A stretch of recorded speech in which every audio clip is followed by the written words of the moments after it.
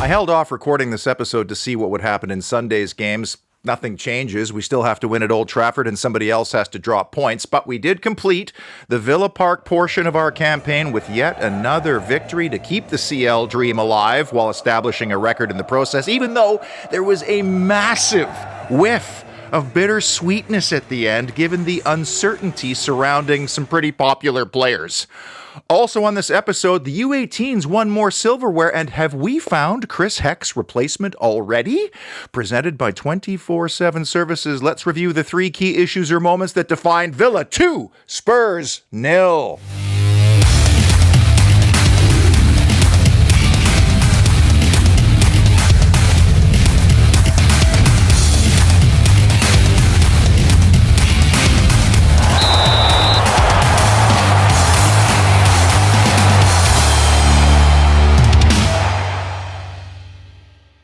Welcome inside the parlor on a Canadian long weekend, and I had a visitor in here over the weekend. Alan Cook has been a loyal Holy Trinity show viewer on his 55-inch television since the very beginning, and incredibly, Alan's first live game as a kid was in the 50s. He's turning 80 this year. He looks younger than I do, and his daughter literally lives 4 doors down that way. Villa Nation is massive. Thank you for the visit, Alan, and the feedback, and for the very generous gift he gave me. What a guy. Congratulations to the U18s who won more silverware over the weekend. They were at Villa Park on Friday night parading around the FA Youth Cup, and then on Saturday, they beat Manchester City again to win the Premier League National Final, thanks to a goal from centre-back Leon Routh off a set piece. I always find it very interesting to know where some of these lads are going to wind up in the near and long-term future.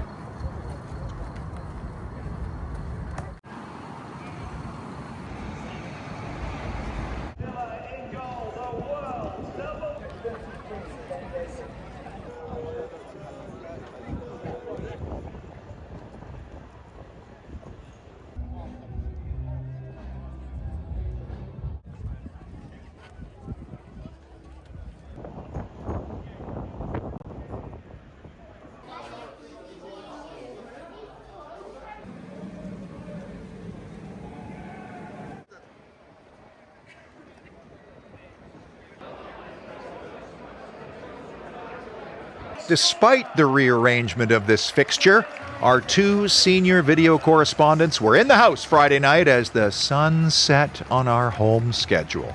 But Samir Gaby had a different vantage point in the Dugella stand, which turned out to be prime because he was rolling for both of our goals. Alex Dutton took his usual perch in the Holt, and I want to sincerely thank both of these fantastic guys for their contributions to this show over the season. It makes such a difference, and it's always so much fun when that video is downloaded. The statistical story was not in the least bit surprising. A controlled and dominant performance, which one might expect given our stakes and the circumstances around our opponent. I mean, not a lot of clear-cut chances. Villa slightly wasteful in the shot attempts versus on-target category. But I was really impressed with how many more duels and tackles we won, which indicates the work rate of our team. These are hard games against low-block teams, and we remained patient and not panicky, which is a hallmark of Unai Emery's way since arriving.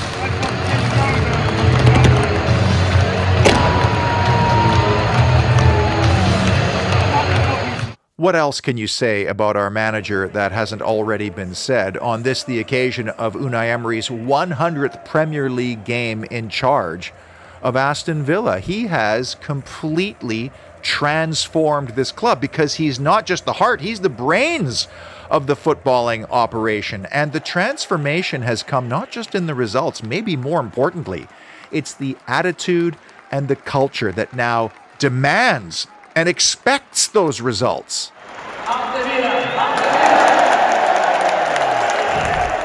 And then he's gone and surrounded himself with trusted specialists and allies in the day-to-day footballing operations and, of course, the scouting, recruitment, and squad building parts of the operation, which means that he can focus on what he is best at, analyzing an opponent in video and then delivering the game plan in video and on the training pitch. And on Saturday, he got it absolutely spot on, and so did I with my predicted 11, with one exception, Matson coming in for Luca Dean, and that worked out well, as did the inclusion of Asensio against a low block. I thought maybe Tyrone Mings might get the nod in this game, but Pau Torres turned out to be central in almost everything Villa did in the build-up. That struck me as a bit of an odd issue tactically in this game, because we all know, watching Villa, that Pau Torres is kind of like our quarterback. He starts so much of our forward movement, and he was given the freedom to have the ball virtually all game long. They put pressure on Konza, but not Torres. Maybe the idea was to mark up everybody else, but Torres still completed 95% of his passes. He played 18 balls into the final third, and he created one chance. Okay, they didn't lead to the goals, but still, that felt like a bit of a risky tactic, giving him that much freedom on the ball. Big issue number 3, Spurs seconds. The big question going into this game was, would Big Ange play a strong side or a heavily rotated one? And we got our answer. He's bubble wrapping his team in preparation for Bilbao on Wednesday. Now, there were some regulars dotted amongst the 11, but it was nothing near what we played away in November, and obviously that's going to make a difference. The challenge was relatively young, fresh-legged side that was going to abandon the Spurs principles and play a low block on Villa, which is not our favorite thing to navigate. Villa also had to deal with an historically lethal counterattacking option in Sonny, who has scored 6 goals over his career at Villa Park, and his club, over the last 10 league visits, has only lost once in B6. So this has been a horrendous fixture for us in recent history, and we were heavily advantaged by the circumstances. Most, if not all, of Tottenham's attacks came down the left-hand side, and Sonny did not look like a player who was coming off injury and had any rust whatsoever. In fact, we have Emi Martinez to thank in the 19th minute for this save. Otherwise, it might have been an even more twitchy affair. Major issue, and one that seemed to grab all the headlines and overshadow the accomplishment of beating Spurs on the last game at Villa Park this season, and that was the reaction of Emi Martinez after the final whistle. I'm telling you, a person who knows they are coming back does not show emotion like this. And I'm not going to talk about Emi Martinez leaving or the implications of that and whether it's the right or the wrong thing. I won't do that until it's official. But I've been sensing for a long time that a major overhaul is coming this summer. And with Leon Bailey, you saw him look very reflective afterwards. And even Luca Dean admitted that his future is unclear, given that he's going into the final year of his contract. I generally try not to fall in love with players because you always end up getting hurt. And after all, it's the club collectively that you support, no matter who wears the shirt. But players are people, and it's those people that we identify with and love, and they bring personality to the team. And nobody may ever bring more personality to this club than Dibu Martinez, who sincerely loved Aston Villa Football Club and was deeply appreciative of the chance to come here, because the best things in his career have all happened while he's been at Villa Park. Now, one of the rumors is that Barca is interested. Could this possibly mean one of those swap-type deals involving Ferran Torres, who has been the object of Unai Emery's desire since he arrived here? I was saying recently how springtime is when things pop up out of the ground, like flowers and ladders or scaffolding. I stroll around my neighborhood, and yesterday I came across 4 re-roofing projects. 2 of them were asphalt. One was a shake roof. This one is going to become asphalt. And then there was a metal roof. And that's because people are getting it done now at the right time. They're not waiting for the rain and the winds and the leaks to return. 24/7 Services was on the roof at a couple of locations recently, including Heartland's Hospital in Birmingham for their client Speller Metcalf. I mean, when a hospital says, we want those Villa-loving 24/7 guys on our roof, well, that speaks to quality and trust. And here they're not just ensuring the roof is breathable and watertight, they also want it to look good. And then in Wolverhampton, some gutter clearing work was going on as the client had an entire herb garden growing in there. Listen, don't be like me 2 years ago where you've got pots collecting drips from the skylight because you put it off. Start the free, fair quote process here, or go old school and pick up the phone, call one of the numbers I've put in the description of this video. Great historical milestone. The win on Friday ensured that we matched the unbeaten run set by Ron Saunders and his team in 1977, which I believe was the year that the North Stand was built. It was in this era. This was, a glorious era for the club. And it's a wonderful milestone, and hard to believe that we lost only one time at home this year, and it was on the opening day against Arsenal when we were the better team. I think it's a huge issue, but supposedly Aston Villa very close to confirming that Francesco Calvo will be the man to replace Chris Heck in the commercial business side of the club, possibly even taking on the role of CEO. Now, I'm going to delve into this much more comprehensively once it's confirmed, but what's interesting, of course, is that Calvo coming from Juventus means that he is keenly aware of who Nassif Sawiris is and vice versa, because Sawiris serves as the chairman of the Agnelli family's holding company, Exor NV. So there are no secrets here, and Calvo worked with Monchi at Roma. I mean, his CV is a who's who of European elite heavyweight clubs, including Barcelona. Crazy fact, last year, Villa edged Tottenham by 2 points to qualify for Champions League. This year, we are 28 points ahead of them, and they may still qualify for Champions League before us, thanks to the final on Wednesday in a battle of 17th versus 16th. It just feels unjust to me. And they have had some injuries, but is that partially due to Big Ange's style? I mean, this guy has a lot of things to answer in the offseason. It is astounding, the drop-off from one year to the next. They were 2 points behind us when they beat us 4-1 in November.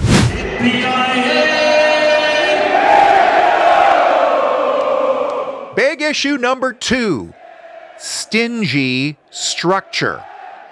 During this marvelous recent run of form, our system and our way sure resembles the way we were playing in 2023 when Unai Emery first arrived, as we qualified for the Conference League. And we all know what it looks like. It is controlling the football. It is keeping possession. It is dictating the tempo and the terms of the game and then waiting for the triggers to play between the lines.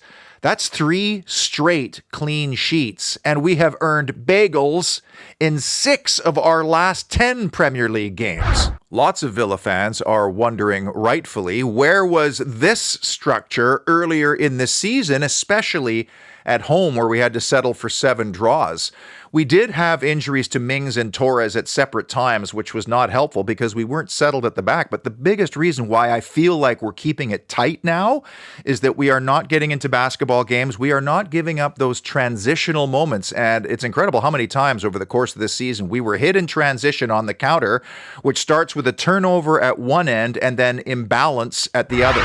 To remedy that, you have to stop turning the ball over in the front or the middle third, or maybe don't play that ball forward in the first place. And I have to say, moving Morgan Rogers to the right-hand side and asking him to be a little bit more defensive-oriented has really helped. Yes, we're not seeing the swashbuckling runs he was making at the beginning of the season, but he did have a propensity to turn the football over, and it would go back and forth. Bringing in Rashford and Asensio, 2 players who are known for retaining the ball farther up the field, even though Rashford had a couple of pretty key turnovers in the PSG series, well, that has helped as well. So for the most part, Unai Emery has convinced his team, don't play it forward if it's not on, and treasure the football when you have it up front. Retain the football. Our central midfielders have been tasked with the critical role of making those split-second decisions of whether to go or to hold, and they're very good at that as a group.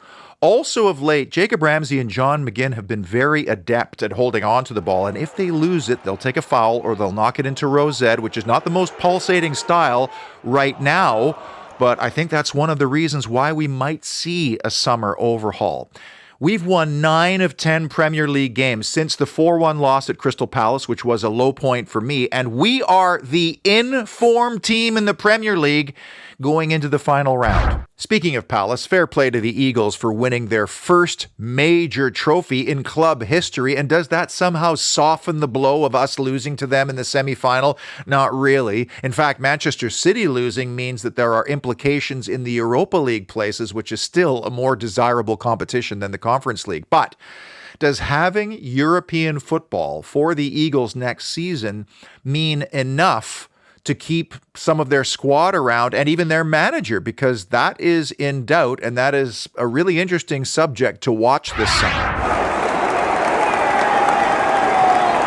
And the number one big issue that defined Villa 2 Spurs 0, fanciful finishers, which means unlikely heroes. I believe I said even last week that Boubacar Kamara does not have scoring in his DNA. You're welcome for that. And I think I also said that Ezri Konsa is incapable of scoring with his head. Well, who cares when you can guide home a glancing touch from an Ollie Watkins header off of a set piece? Spurs fan growing up, Ezri Konsa, how monumental will that moment be, not just in the game, but in the context of the season? I was quite annoyed by our dead ball routines prior to the 1-0 goal. It's not just that we weren't threatening at all, and actually we went backwards a couple of times. It's that we were caught on a couple of very dicey counters, which has been a problem all season. But it was John McGinn in minute number 59, the same guy who played the ball to Yuri Tielemans' head for the winner against Fulham 2 weeks ago. He provided the perfect service once more to the head of Ollie Watkins, who found Ezri Konsa, and an increasingly anxious Villa Park erupted with relief. And then Booba, of all people, set up by our other assist king, Morgan Rogers. I have to admit that Boubacar Kamara smashing home left-footed into the bottom corner to ice the game was not on my bingo card, but hopefully this gives our influential Frenchman the impetus and the confidence to go and try that more often, because as I said last week, we need contributions from everybody, especially in tight games, and when you get them from a Kamara or a Konsa, that is such a bonus. On a side note, the longer we don't hear about Boubacar Kamara signing the contract extension the club has offered, the more people are going to think that he's seeking pastures anew, or at least exploring other options. And you do also wonder, the way Amadou Onana has played over the last couple of weeks as a £50 million signing, how he's not going to be a regular week-to-week starter next season. And if so, who misses out between Kamara, Tielemans, and possibly somebody else? Now, in fairness to the club, they are going to gag any announcement until this season is done and dusted. But I honestly believe that June is going to be eventful, and it is not going to be a month off for the Holy Trinity show. Well, the home portion of our schedule is complete. We dropped 17 points at Villa Park this season, 3 against Arsenal in the first home game, and then 14 points dropped from 7 draws. Turn 1 or 2 of those 7 into a win, and we're not far off of second place. We got the first goal in this game, obviously. We got a set-piece goal, we got a clean sheet, and we scored again in the first 15 minutes of the second half, which has been a good time for us. 1 more to go, and it's a biggie. The Sill Hill Brewery star performer is Marco Asensio. Even though he didn't score, that was his best outing in a Villa shirt, and he went the 90. And these are the kinds of players that you need to unlock the low blocks. And okay, he didn't contribute directly to the 2 goals, but he caused problems and he wore the opponent down. He won all 5 of his duels, he created 2 chances, and he was successful on all 4 of his dribbling attempts. I am going to toast Marco Asensio with a North Star hopped porter, which is what Drifter Nick is seen double fisting here at the tap room in Aston. Oh, the final home pre-game preparations. Tom Worthington, Nick's son, is shooting this fantastic video of the vibe inside. I'm very grateful to all the Holy Trinity show viewers who sampled the Sill Hill lineup this year and made a visit, because there are lots of choices for your pre-game pints. But when the beer is consistently delicious and superbly valued, then samplers often become regulars, and there is still lots of room to become a regular over the summer. When this year's fixtures came out, did you look at that last game of the year at Old Trafford and wonder, is that game going to have any serious implications on this coming season? Hopefully not. Maybe it'll be more like Crystal Palace last year. I certainly did, knowing our horrendous record in the city of Manchester, and specifically at the Theatre of Bad Dreams. And we have actually overcome a couple of bogey teams and grounds during this recent run, but we're going to need another, and we're still going to need some help from somebody else. Forest winning at West Ham on Sunday means that they have something to play for 4 against Chelsea. What can you say? It's one of the worst seasons in Manchester United's history given the money that they have spent, and yet here they are. A win away from major silverware and qualifying for the riches of Champions League in 16th place. Somebody seriously needs to look at this because it undermines the stature of the Premier League. You'll recall last year we went to Old Trafford on Boxing Day, had a 2-0 lead before imploding, and now we are going to have to beat a United team that's either going to be still hungover or deeply disappointed 3 days on from the final in Bilbao. They almost helped Villa out on Friday at Stamford Bridge, but for a late lapse. Incredible to think that Unai Emery's first game in charge of Villa, 100 Premier League games ago, was our last win over the Red Devils, and Courtney Haas provided our last win at Old Trafford in a game where Bruno missed a late penalty and Emi Martinez did pelvic thrusts to the crowd.